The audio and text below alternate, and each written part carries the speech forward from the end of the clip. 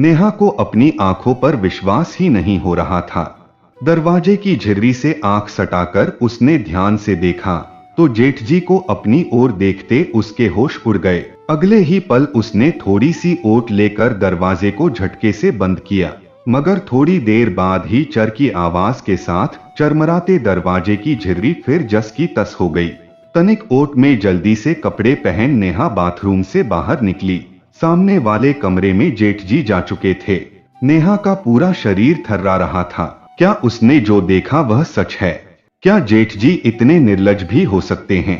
अपने छोटे भाई की पत्नी को नहाते हुए देखना, छी, उन्होंने तो मर्यादा की सभी सीमाएं लांघ ली। नेहा सोचती जा रही थी, कितनी बार उसने मयंक से इस दरवाजे को ठीक करवाने के लिए कहा था, लेकिन हर बार बात आई गई हो गई थी। एक तो पुराना दरवाजा, उस पर टूटी हुई कुंडी बार बार कसकर लगाने के बाद भी अपने आप खुल जाया करती थी।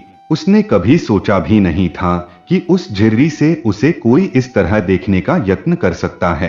पहले भी जेठ जी की कुछ हरकतें उसे नागवार लगती थीं, जैसे पैर छूने पर आशीर्वाद देने के बहाने अजीब तरह से उसकी पीठ पर हाथ फिराना, बेशर्मों की तरह कई बार उसके सामने पैंट पहनते हुए उसकी जिप लगाना, 1.5 साल के नन्हे भतीजे को उसकी गोद से लेते समय उसके हाथों को जबरन छूना और उसे अजीब सी निगाहों से देखना आदि।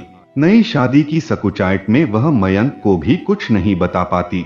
कई बार उसे खुद पर संशय होता कि क्या उसका शक सही है या फिर यह सब सिर्फ वहम है। जल्दबाजी में कोई निर्णय कर वह किसी गलत नतीजे पर नहीं पहुंचना चाहती थी, क्योंकि यह एक बहुत ही करीबी रिश्ते पर प्रश्नचिन्ह खड़ा करने जैसा था।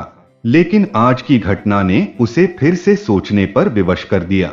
घर के आंगन से सटा एक कोने में बना यह कमरा यूं तो अनाज की कोठी, भारी संदूक व पुराने कूलर आदि रखने के काम आता था, परंतु रेलवे में पदस्थ सरकारी कर्मचारी उसके जेठ अपनी नाइट ड्यूटी के बाद शांति से सोने के लिए अक्सर उक्त कमरे का इस्तेमाल किया करते थे।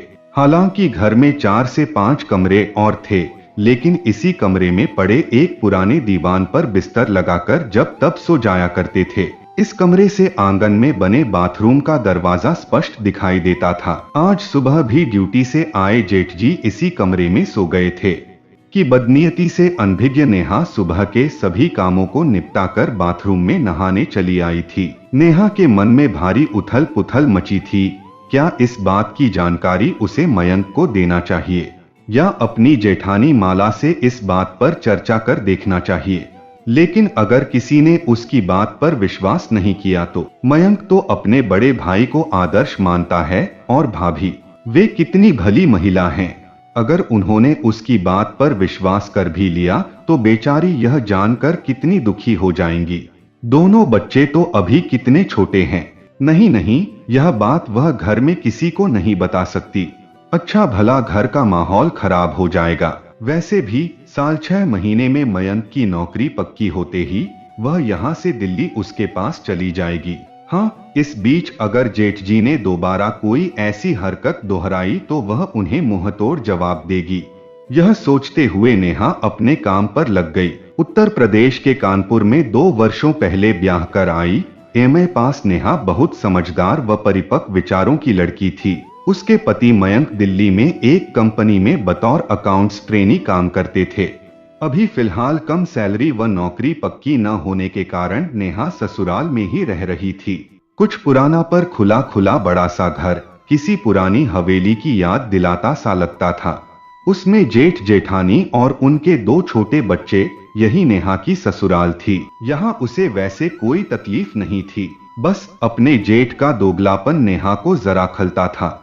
सबके सामने प्यार से बेटा बेटा कहने वाले जेठ जी जरा सी ओट मिलते ही उसके सामने कुछ अधिक ही खुलने का प्रयास करने लगते, जिससे वह बड़ी ही असहज महसूस करती। स्त्री सुलभ गुण होने के नाते अपनी देह पर पड़ती जेठ जी की नजरों में छिपी कामुकता को उसकी अंतर्दृष्टि जल्द ही भांप गई थी। एहतियातन जेठ जी से सदा ही वह एक आवश्यक दूरी बनाए रखती थी। होली आने को थी। माला और बच्चों के साथ मस्ती और खुशियां बिखेरती नेहा जेठ जी के सामने आते ही एकदम सावधान हो जाती। उसे होली पर मयंक के घर आने का बेसब्री से इंतजार था। पिछले साल होली के वक्त वह भोपाल अपने मायके में थी, सो मयंक के साथ उसकी यह पहली होली थी। होली के 2 दिनों पहले मयंक के आ जाने से नेहा की खुशी दोगुनी हो गई। पति को रंगने के लिए उसने बच्चों के साथ मिलकर बड़े जतन से एक योजना बनाई, जिसकी भनक भी मयंक को नहीं पड़ने पाई। होली वाले दिन महल्ले में सुबह से ही बच्चों की धमा चौकड़ी शुरू हो गई थी। नेहा भी सुबह जल्दी उठकर भाभी के साथ घर के कामों में हाथ बंटाने लगी। जल्दी जल्दी हाथ चला नेहा, 10-11 बजे से मोहल्ले की औरतें धावा बोल देंगी। कम से कम खाना बन जाएगा तो खाने पीने की चिंता नहीं रहेगी। जेठानी की बात सुन नेहा दोगुनी फुर्ती से काम में लग गई। थोड़ी ही देर में पूरी, कचौड़ी, दही वाले आलू, मीठी सेवइयां और अरबी की सूखी सब्जी बनाकर दोनों देवरानी जेठानी फारिग हो गई। भाभी, मैं जरा इनको देख कर आती हूँ, उठे या नहीं? हाँ जा, पर जरा जल्दी करना, माला मुस्कुराते हुए बोली। कमरे में घुसकर नेहा ने सो रहे मयंक के चेहरे की खूब गत बनाई और मजे से चौके में आकर अपना बचा हुआ काम निपटाने लगी। इधर मयंक की नींद खुलने पर सभी उसका चेहरा देखकर हंसते हंसते लोट-पोट हो गए। हैरान मयंक ने बरामदे में लगे कांच में अपनी लिपी पुती शक्ल देखी तो नेहा की शरारत समझ गया। भाभी, नेहा कहाँ है? भाई तुम्हारी है, तुम मुझे तो सुबह से नजर नहीं आई। भाभी ने हंसते हुए जवाब दिया। बताता हूँ उसे, जरा मिलने दो, अभी तो मुझे अंदर जाना है। हाथ से फ्रेश होने का इशारा करते हुए वह टॉयलेट में घुसा। इधर नेहा भाभी के कमरे में जा छिपी थी। फ्रेश होकर मयंक ने ब्रश किया और होली खेलने के लिए बढ़िया सफेद कुर्ता पजामा पहना।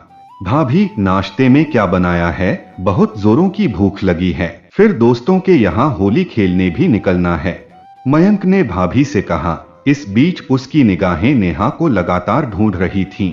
मयंक ने नाश्ता खत्म ही किया था कि भतीजी खुशी ने उसके कान में कुछ फुसफुसाया। अच्छा, मयंक उसकी उंगली थामे उसकी बताई जगह पर आंगन में आ खड़ा हुआ। बताओ कहाँ है चाची? पूछने पर 1 मिनट चाचा, कहती हुई खुशी उसका हाथ छोड़कर फुर्ती से दूर भाग गई। इतने में पहले से ही छत पर खड़ी नेहा ने रंग से भरी पूरी की पूरी बाल्टी मयंक पर उड़ेल दी।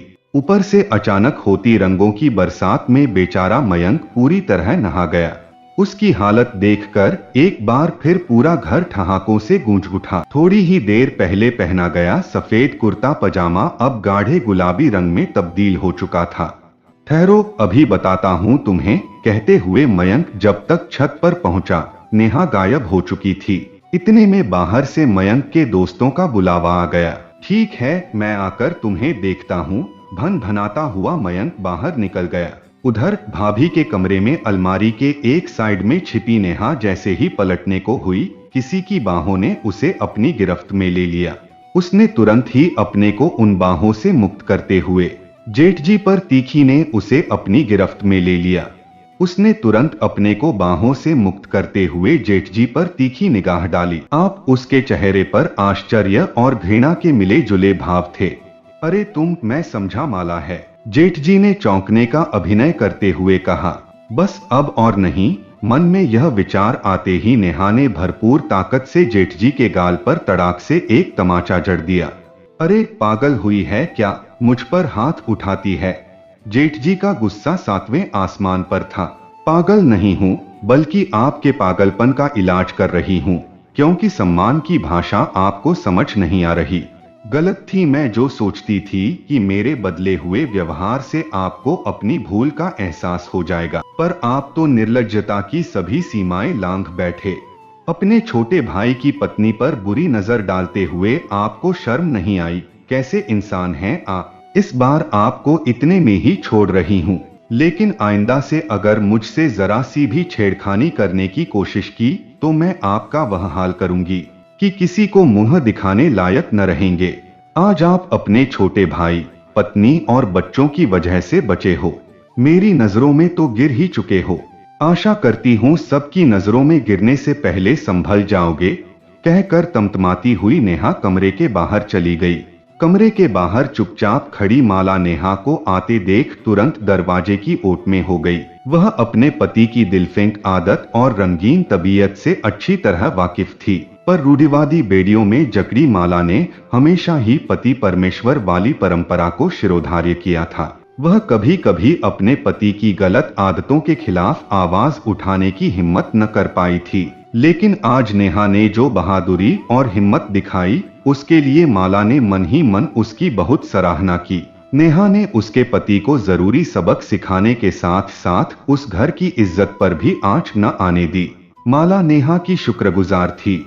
उधर कुछ देर बाद नहाकर निकली नेहा अपने गीले बालों को आंगन में सुखा रही थी। तभी पीछे से मयंक ने उसे अपने बाजुओं में भरकर दोनों मुट्ठियों में भरा रंग उसके गालों पर मल दिया। पति के हाथों प्रेम का रंग चढ़ते ही नेहा के गुलाबी गालों की रंगत और सुर्ख हो चली और वह शर्मा कर अपने प्रियतम के गले लग गई। यह देखकर सामने से आ रही माला ने मुस्काते हुए अपनी निगाहें फेर ली। तो दोस्तों, ये कहानी आप लोगों को कैसी लगी है, कमेंट करके आप लोग जरूर बताइएगा। अगर अच्छी लगी होगी तो इसे लाइक कीजिए।